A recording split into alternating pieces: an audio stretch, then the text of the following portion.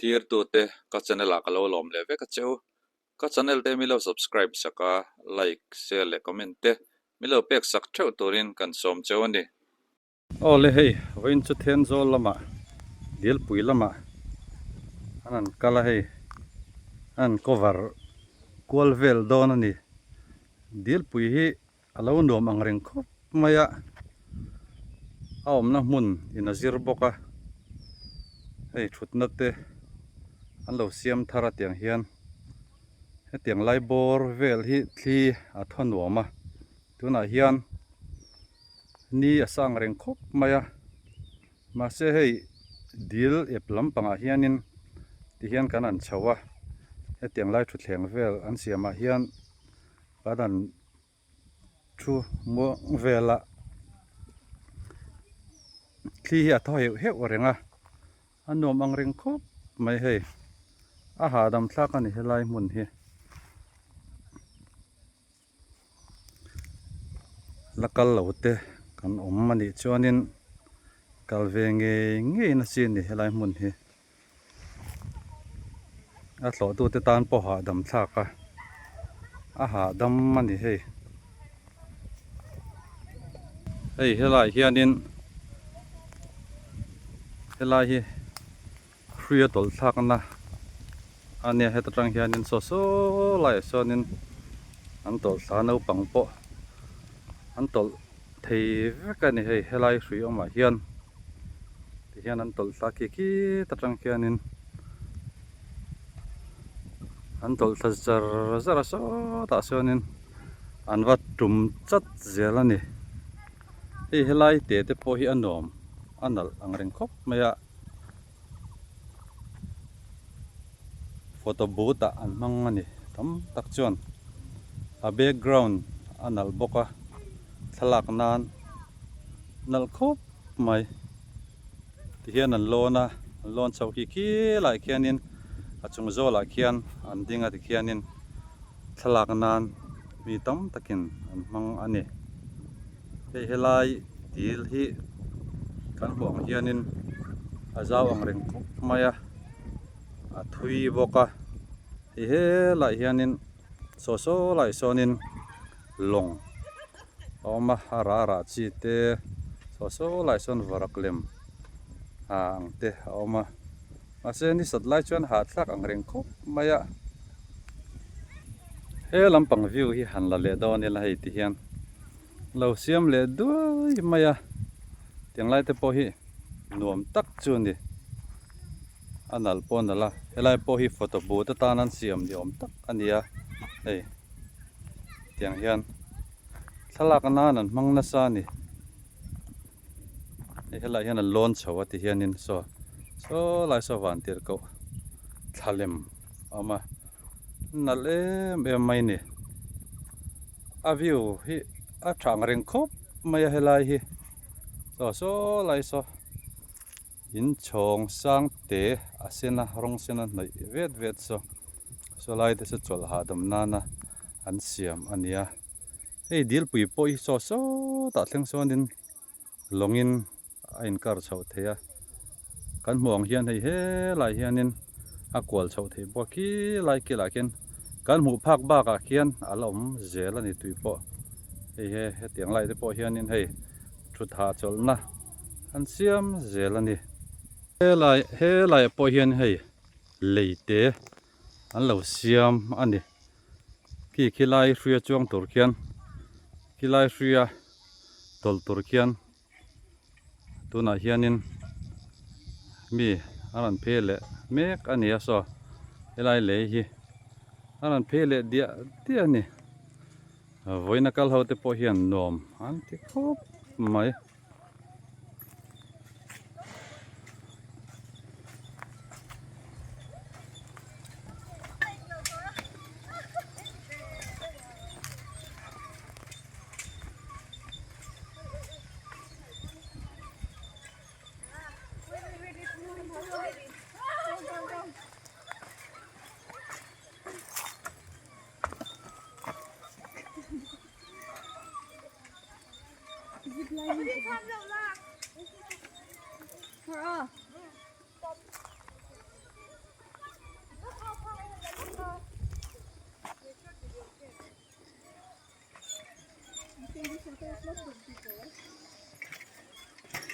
tu này kan zo phei me ka hi mi dang po ran kal phei me ka ni in tol don mi ra son no mo tang va tol ro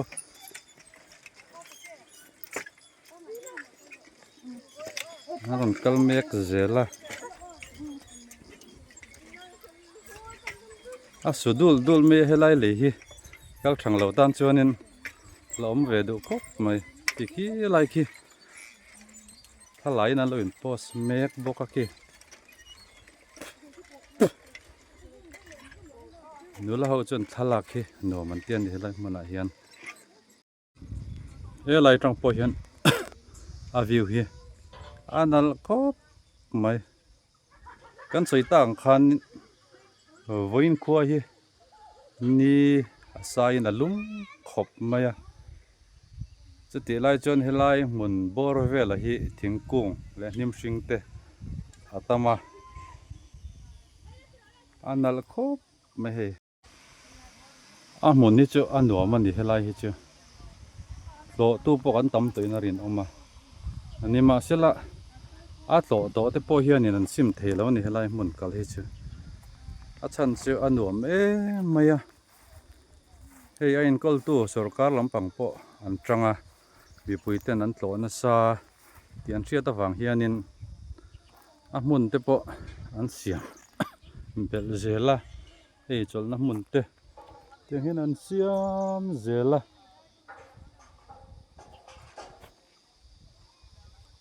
a to te tan po thil thar hi om zela ni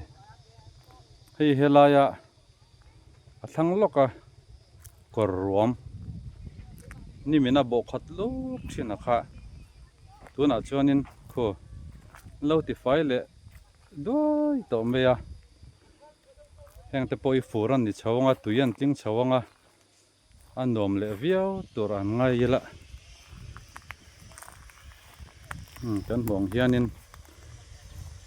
tuna le lama dil om mek dai ai so na zau po zau hial mai the ni hei a huam chin po a zawa so lai so eng in tur nge sak turin an rom han le to nin alanga so ti le doi to maya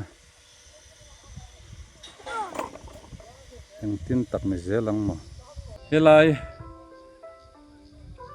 tuyom na tur hi an pe hona chuan anom don khop mai helai hi tuna kan huang hianin khulai lei kho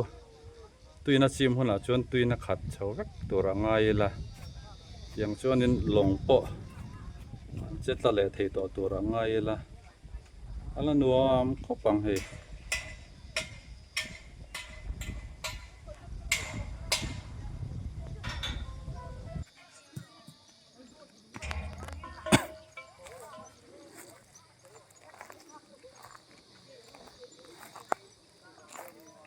này hết tiếng tép po hi anh lâu xiêm bền lệ to he tiếng té hi tiếng lai muốn tít chơi tua lệ à tì nôm tu te anh đi về tắt mày nè à anh lấy đón nè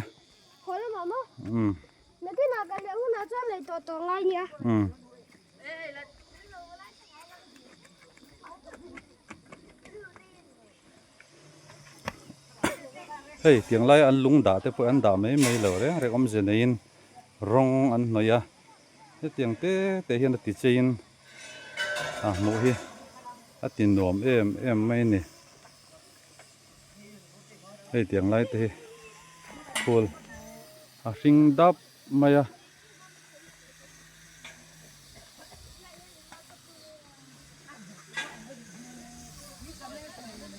real roti thoven nan te inti ha dam nan te inti thole nan te a thae em mai ni kisel po lang he tiang lai hmona an tal vel chu hei herai hianin lo tara swimming swimming at your own risk tile boating at your own risk helai mun he long ka chuang do te ta na ticket lak na mun na ni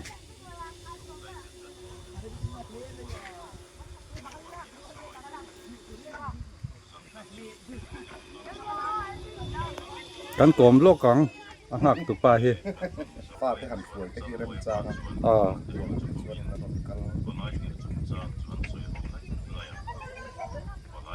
ani le as soi thengem nge so tam la ya sakata hian eng zat nge lut tlang pui ang asoi theyem kan soi thei mek lo tiang tiang zo ani helai mun ni sarkar ina en kolani ta sarkar hian in asian so hi asang in rin oma tiang la ya an thil siam vel ne le maintenance atan hian sarkar hian a choi belang nge nia a choi belin nge a choi beliring nge nia lok na ni ring zok ka ha chiam lo le ke ji chu te tia fu ka kan ni top mai mo asum le pai chan tin je la chuang le lo ni tia ka top ti ni mai lo chuan tir zip line ko tir te mo ani le helai mun a local te hianin nuaman ti thinem helai mun an ran thlen hian a ti ve ang ren khop mai thi la te hi ya mo yam tia tiang chuanin an ron ho mai thi ni along om khope along om lu tuke helai mun ni e mun rem tak mai ania helai a counter ngak tu ina sayang khanin a mun hi a theng thono mani a rem bok mizoram anga chuan helai dil pui mun anga mun so nuam le ol sam to le rem chang to hi awang khopang ei alan ang hianin anal em mai ni tun ang kholum lai le thal chawa ko amun hi alan ang hianin a ring dap maya teng hian tlo tu te tan ril ro a har sat na le nge topic na nei te tan po tlo man la tur tak ani he lai hi kualum bokano pang ho tuian chenga so kan mong son an tiam khop mai so an li lu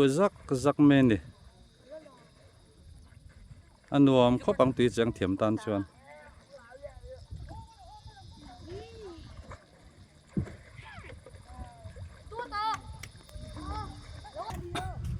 akan muang hianin hei helai hi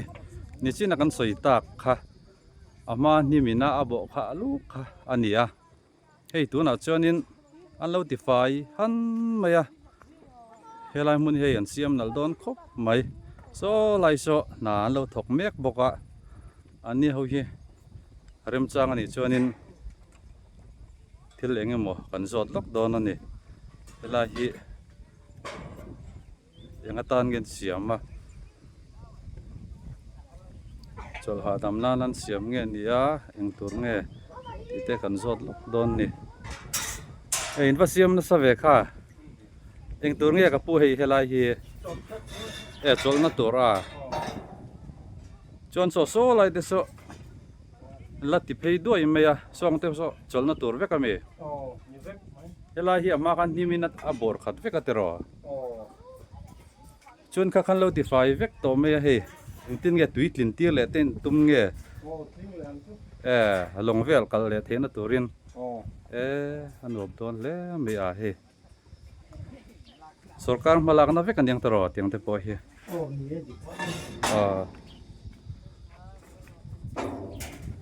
tu na kan ngai khat tak ang khanin ei helai mun hi veti department lamin man han la chau le a ama ni mina bo kha lu ka kha ei ti hian kan huang hianin an lo ti fai vek to maya helai hmuna hian fur te ni chawanga tuite an tling chawanga tui na te tha chawanga mi pui to tu te tan aman hla le don ani mun nom taka chang chho le ze mai don ni ti hian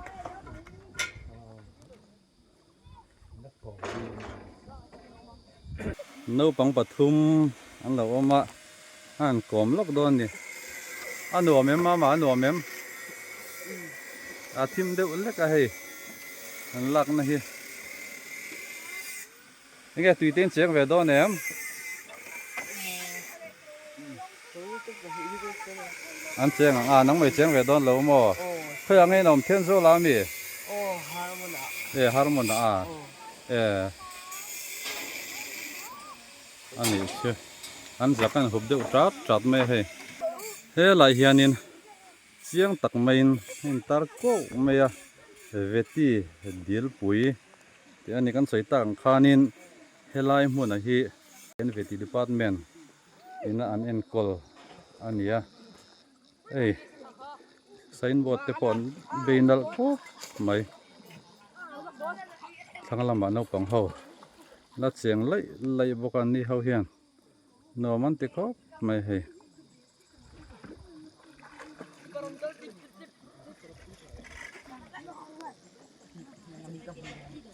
ei so lai te so pi pu te no pang in ti hlim na mun na la tam khop mai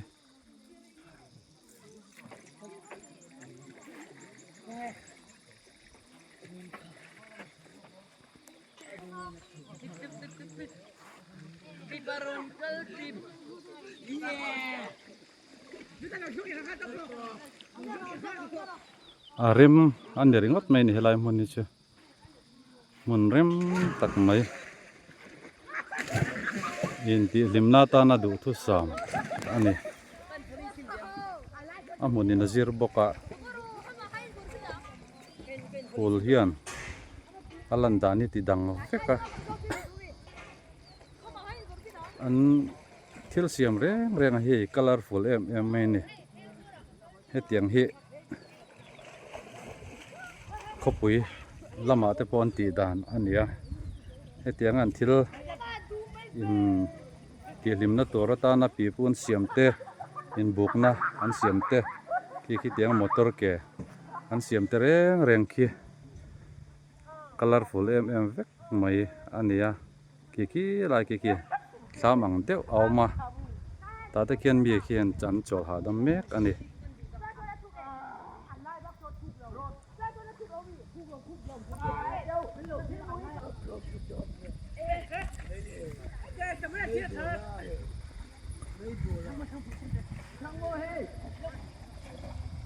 nuam tak ani so lai so a then longa te am chuang me ka so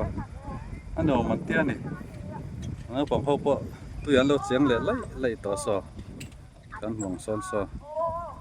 then zol no pang ho ani ho so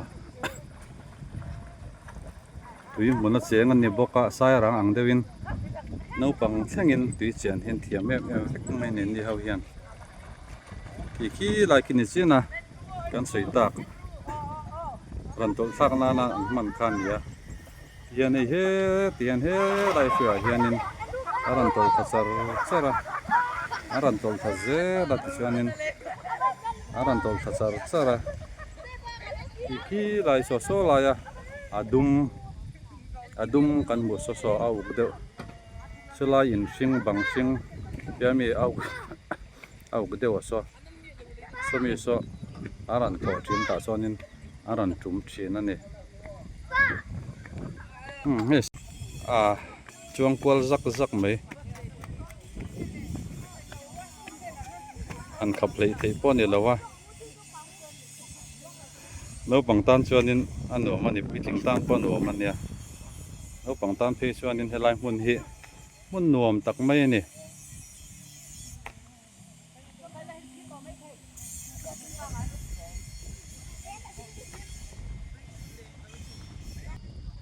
helai kan la chun zom le lokanga hei helai te po hi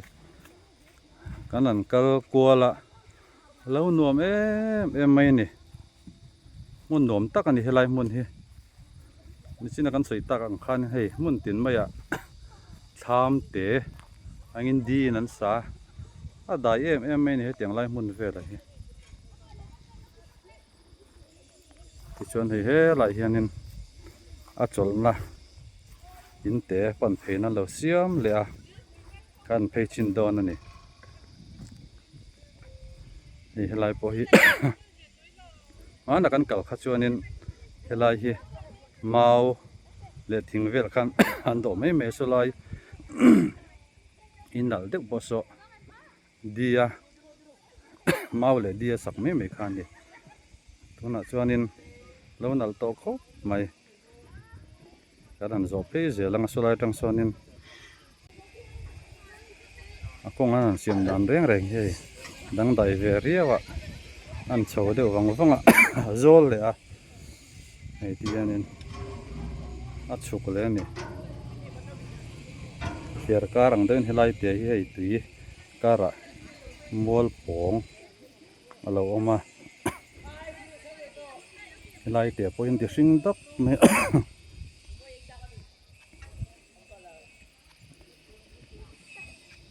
nuam teu ni helai te po hi hei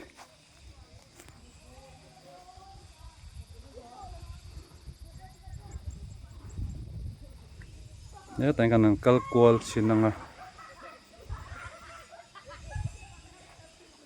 ki laya longa an chon na ki laya thing an phun na ki longa kal chak thei na ber ania kanan zu manga ki lai ki ta hinan kwala ti khian he tanan le a e chona du tan chon ki lai khianin a kwal chhole thei zela ti khan aran let zela ti khan so ta sonin an phei chara so lai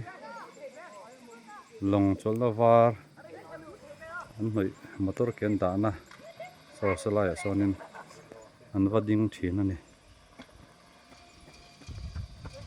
he lai tang hian so la pang so an tilang le don tai la hi alan dan reng hi anal em ringot mai ni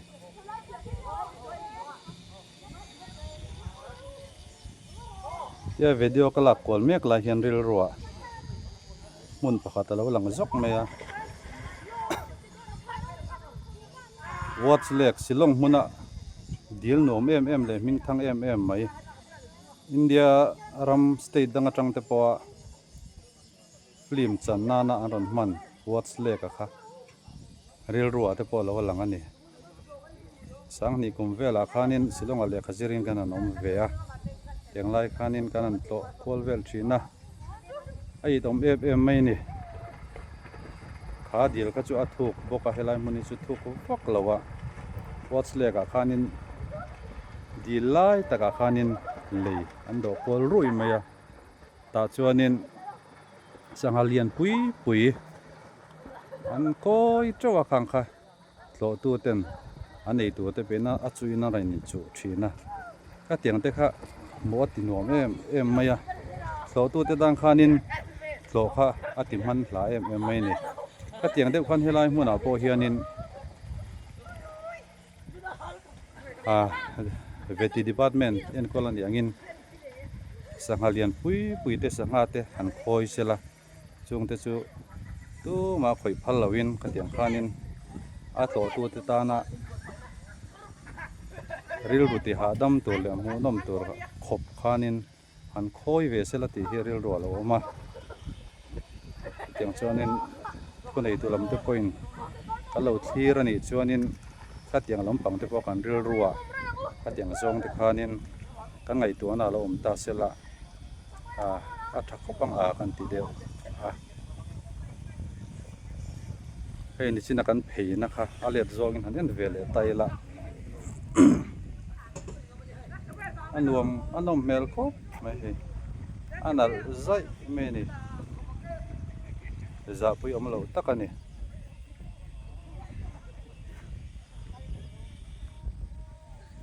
hi ni china kan pan phe khani ya he ayana hi an tilang ve lok don ani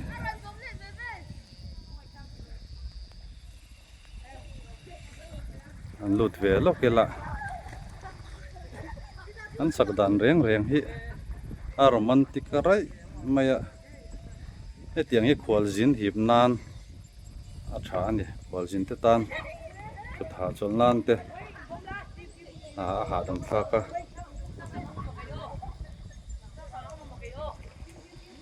he tiang hianin chut na hian siam kwal rai maya a chung hi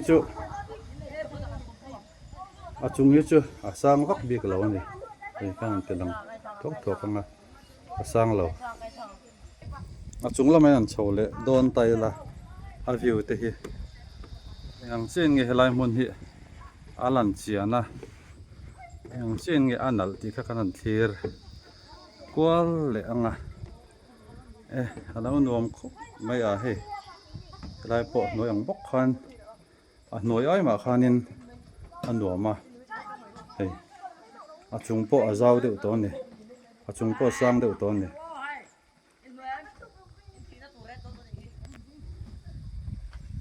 sang to takani hei helai se hei kan mong hianin a view po tha ni helai mun hi hei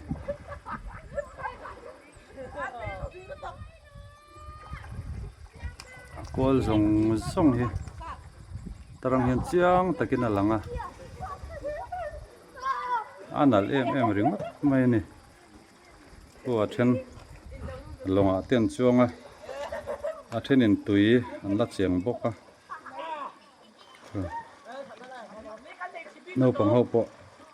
no man tin an lim tlang dar khop mai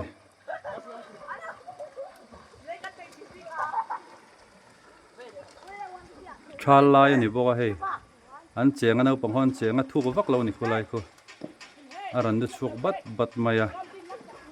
forte ni chhawnga ro tuiten tamanga athuk chole viau tura ngai la phul te poin ring cholenga anom le don ani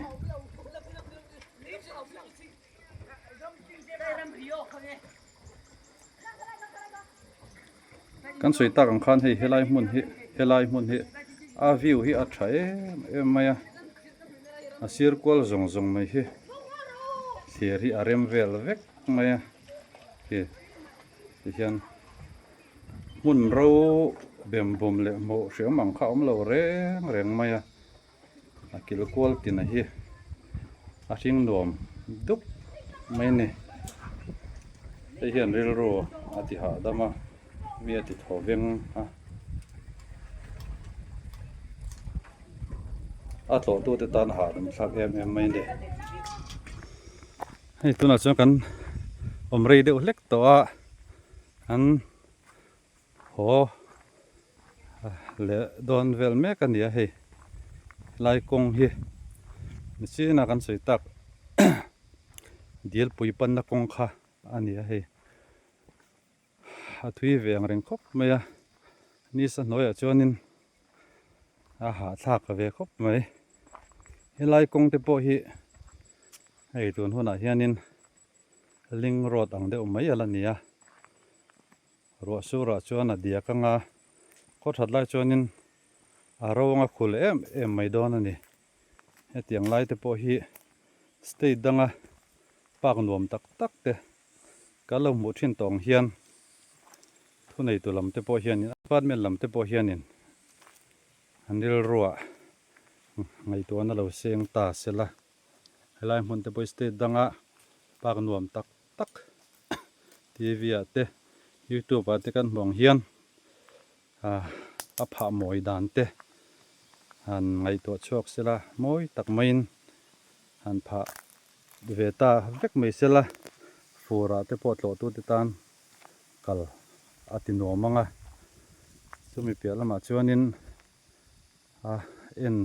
te a mu te anom em mai don ani chu tiang an siam the ni ngat chuanin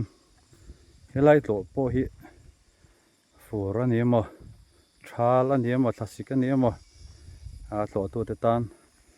tlo aman hlain a phur omina chak em mai don ani ti kha kan sei lang ve du hrim ani chu hi helai tanga kan mong hian hei helai hin sina sota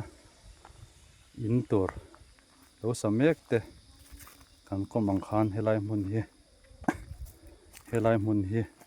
tui ti tlin le na tur ani hei zau ding ding khop maya adung a se boka wang a zau boka hei so lai chung sen so ni chin an siam kha ania hei kan zoom manga so lai mi so chon hei he lai mi hi in tur tho an siam tur an la siam ha ba kan ni an zo hona chuan an nuam khopang hei helai sira hianin ti hian an lo tar a hei mithun sial ti te helai hmuna an ran sanei ho ni om tak ani hei helai vet department in an tar hi hei kela po hei a chi dang deuh chi sang chi hei vok te po zo vok te pon lo tar ani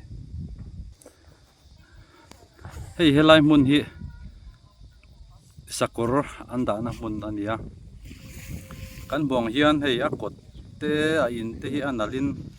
mu hi nom em maya hrengai lo tan chuan helai hi sabram emoti mai tur khopamoi le hmun nom ani hi an sakor te po hi alian tha khop maya ko tuna khonin nula pakhat chuanga hei sakor puin a kai mek ani ke cowboy lukhum nen cowboy suit nen chuang zan me ni anom mel khop mai ko sakor po ko alian tha ni thel maya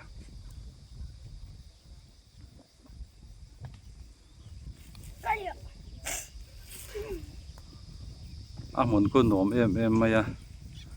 adu tan man nein chuan thei ania sakor tulai lir te po helai hmuna hin an kol veka sakor anin nu tir ti khan ku lai an do sa na tang khonin an chuang mai thin ani chuan po har salawa amero chu sakor hi a control tu a pu hianin a roi ve deuh zelanga ya chan chu a tlo tu te chuang tu te hi ran hin mak ve khopa an mu ngai lo te an bulan om hi chuanin huat na riau hin nei ve thina nun phung pa ngai nan nung thei lo thin ani ku lai a chunga po khonin kan chuk to lo mai anga te min hun a tlai deuh to chunga po khonin sakor chi sang tha tak le lian tak la da treu me ni ko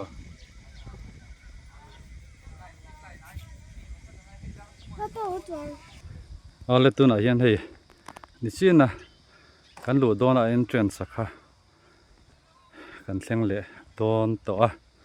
helai hmun a hi helai hmun dil pui tlo tu reng te chuan helai hmun a kota hianin hei helai hmun ni parking place ani atiang hianin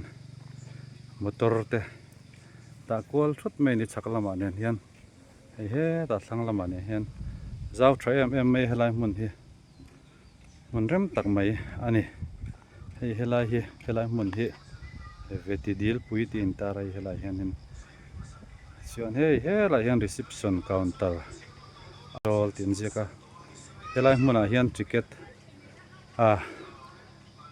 entry fee kan pe ka ti khanin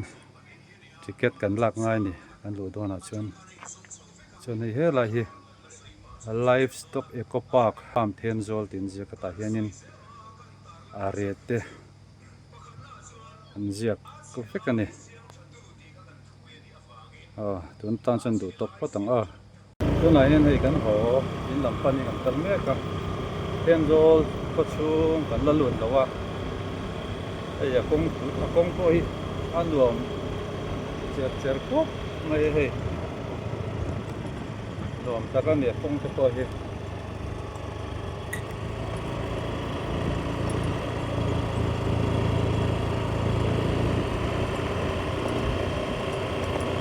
cái lai muốn đi chỗ lâu phú đi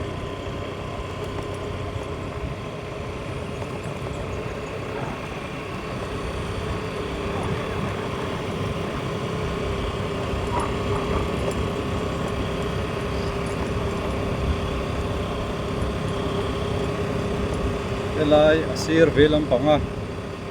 bằng yên hùng cái po hi về thì ram anh ấy aton ton hian in về thì hian in muốn nó lâu này nong khóc mấy hay alo rem khóc mấy hay cái lai muốn gì